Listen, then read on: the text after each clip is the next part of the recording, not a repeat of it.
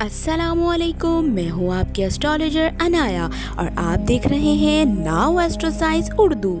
आज हम बात करेंगे बुर्जे दिलू यानी एक्वेरियस के लिए ये हफ्ता कैसा गुजरने वाला है। सबसे पहले बात करते हैं आपकी एनर्जी की। ये हफ्ता आपके लिए एक रीस्टार्ट की तरह है।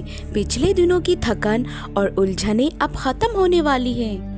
आपके प्लान नीचे नहीं जा रहे हैं बल्कि आसमान की तरफ उठ रहे हैं। लव लाइफ में अगर आप सिंगल हैं तो कोई ऐसा शख्स आपकी जिंदगी में आ सकता है जो दिल को बहुत करीब लगेगा।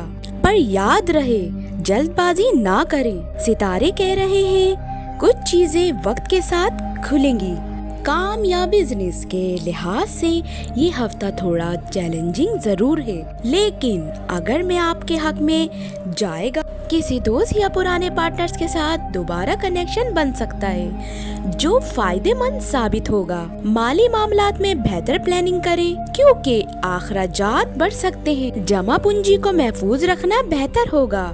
इमोशंस की बात करें तो ये हफ्ता आपको अपने अंदर झांकने पर मजबूर करेगा।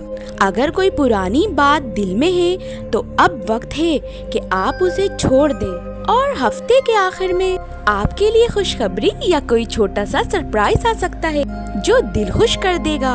लिहाजा मुस्बत रहें, सितारों पर भरोसा करें और अपने ख्वाबों में हकीकत बनाएं। आखिर में याद रखें, सितारे रहनुमाई देते हैं, फैसला आपका होता है।